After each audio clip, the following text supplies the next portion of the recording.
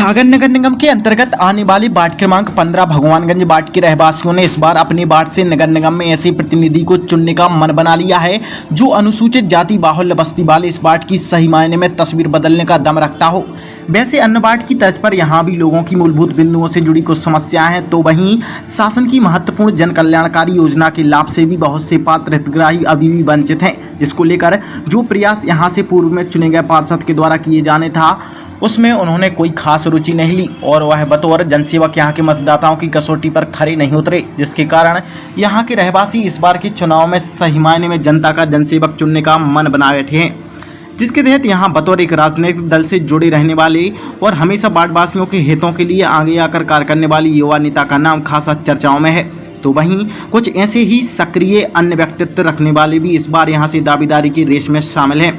इस बार यह सीट महिला के लिए आरक्षित है। भले ही अभी तक राजनीतिक दलों के द्वारा इस वार्ड से किसी उम्मीदवार का नाम नहीं घोषित किया गया, पर जनता ने स्वतः वह कैसी छवि वाला उम्मीदवार चाहती है उसका नाम तय कर लिया है। बहरहाल इस बार के वार्ड के चुनावी दंगल में यहाँ की जनता पार्टी विशेष के पक्षधर कम व्यक्ति विशेष को महत्व जरूर दे रही है, जो वास्तविक रूप से जनता के हितों और अधिकार की लड़ाई लड़ने के लिए योग्य होगा, उस पर ही उसके विश्वास की मोहर लगेगी।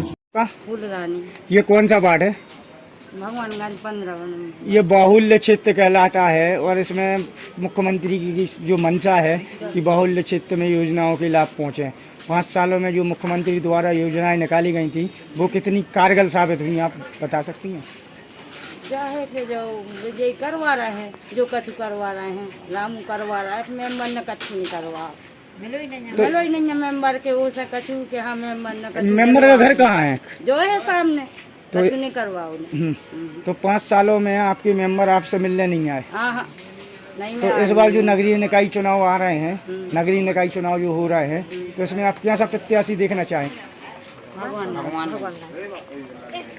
आपके यहाँ मुख्यमंत्री द्वारा 5 सालों में क्या योजनाएं निकली थी और क्या योजनाओं के लाभ मिले आपके लिए? आपको कोई योजना का लाभ नहीं मिला, क्या कारण है कि अब तक योजनाएं नहीं पहुंची?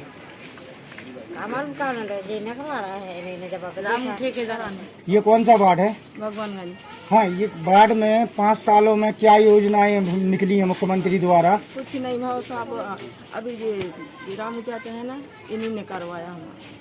तो आप इस बार जो नगरीय निकाय चुनाव आ रहे हैं, हो सकता है प्रबल दावेदारी हो उनकी, और अगर वो चुनाव में खड़े होते हैं तो आप किस नजरिए से देखेंगे? नहीं खुदे हैं हमारे तो सब जने नहीं खुदे, नहीं को बड़ा पसंद चला हम चौराहा है, बाहुल्य क्षेत्र है, ये जो अब नगरीय निकाय चुनाव आ रहे हैं तो इसमें आप कैसा प्रत्याशी चाहते हैं, क्या प्रत्याशी में देखना पसंद करते हैं? हम ऐसा प्रत्याशी चाहते हैं जो अपने वार्ड का विकास कर सके, जो जैसा कि रामू भैया करते हैं, बिना पार्षद पद के होते हुए भी बहुत अच्छा काम कर रहे हैं, वो हर योजना का लाभ दिलाते हैं। आपके वार्ड में क्या क्या कमियां रह गई हैं, क्या देखना चाहते हो कि आने वाला पार्षद क्या करे? वो तो वही विकास का अच्छा काम करे, जैसे अभी रामू भैया कर रहे हैं, जैसे उन्हें कुटी न करवा दी, जो पहले कभी 8 से 10 साल के अंतर में नहीं निकली हुई थी, वो तो इसी तरह निकलने लगी जब रामू भैया ने कोशिश की है। वो जो इस वार्ड में लगभग 60-65 कुटी न करवा चुके हैं, और चंबल योजना और आयुष्मान कार्ड वगैरह वो घर से बैठ के करवाते हैं। अच्छा, आपको कहीं जाने नहीं पड़ता? आपके तो साथ में जो प्रत्याशी हैं जो आने वाले समय में चुनाव लड़ रहे हैं, वो आपके घर बैठे काम करवा देते हैं? घर पे आके कुछ कागज लेके जाते हैं, उनको अपन फोन लगा दो तो वो खुद आते हैं। तो इस बार आप ये चाहते हैं कि आपकी तरफ से जो प्रत्याशी है वो जीतेगा? जी। ये कौन सा वार्ड है? भगवानगंज वार्ड क्रमांक 15। वार्ड में क्या समस्या है आपके थे? ये 5 सालों में कौन सी योजना है जो आप तक पहुंची है? या 5 साल में क्या शुरू से यहाँ समस्या आ रही है, जो वार्ड पार्षद हैं और जो मंत्री लोग हैं यहाँ पे कोई सुना नहीं होती थी। वो तो रामू भाई है जो फिक्र करता है वार्ड की, सुबह से लेकर शाम तक जो समस्या हो उसको बताओ तो वो हल करने में सक्षम है, जो काम बनता है उस पर वो करता है। अभी पार्षद ना होते हुए भी इतना काम कर रहा है, और पार्षद होते हुए जब बन जाएगा फिर तो पता नहीं भगवानगंज का कितना विकास होगा। 5 सालों में जो मुख्यमंत्री के द्वारा जो योजनाएं निकाली गई हैं वो आपके तक पहुंची कि नहीं पहुंची? अब भाई साहब अभी तो प्रधानमंत्री आवास योजना की वो रामू भाई साहब के जरिए पहुंची हम लोगों तक, और तो अन्य योजनाओं का कुछ पता ही नहीं चलता था। ये कौन सा वार्ड है? ये बाहुल्य क्षेत्र कहलाता है। यहाँ बाहुल्य लोग के निवासी हैं यहाँ पर। इस बार जो नगरीय निकाय चुनाव आ रहा है, इसमें आप कैसा प्रत्याशी देखना चाहते हैं?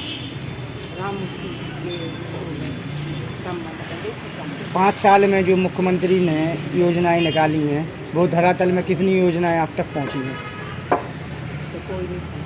यानी आपको योजनाओं का लाभ नहीं मिला? तो जो जो योजना हाँ, आपको योजनाओं का लाभ नहीं मिला। क्या करती हैं आप? हम बिड़ी बनाते कितना पैसा मिलता है बिड़ी बनाने में?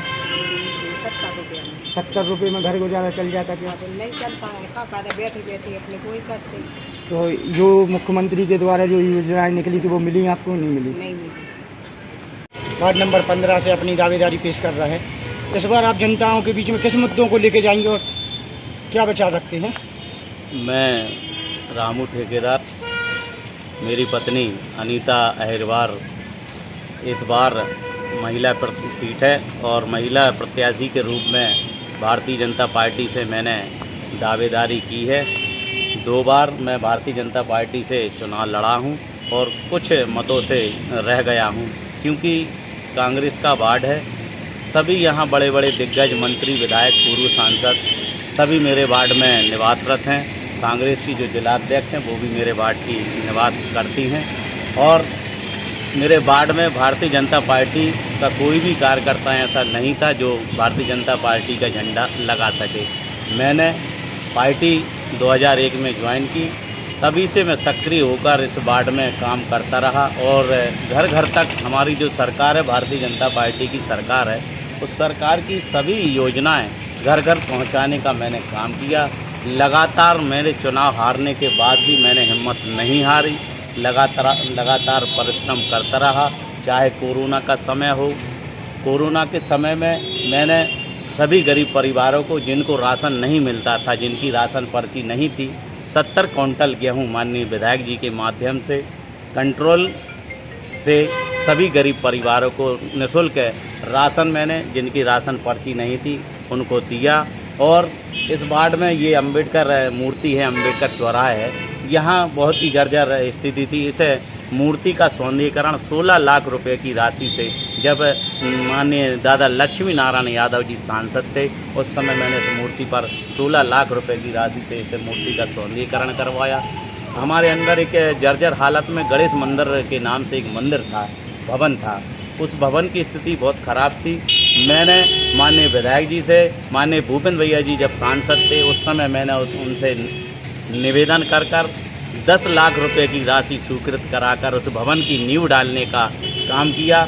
झुग्गी बस्ती में भी माननीय विधायक जी के माध्यम से, झुग्गी बस्ती में भी जहाँ कभी भवन नहीं बना था, वहाँ भी मैंने 5 लाख रुपए की राशि से माननीय विधायक जी से निवेदन कर एक भवन बनवाया। विदाउट प्रतिनिधि के रूप में आप देखे गए हैं और इस बार अगर जनता आपको चुनती है तो आप जनता के कितने खरे उतरेंगे? मैं बगैर पार्षद होते हुए भी मैंने 62 प्रधानमंत्री आवास के मकान स्वीकृत कर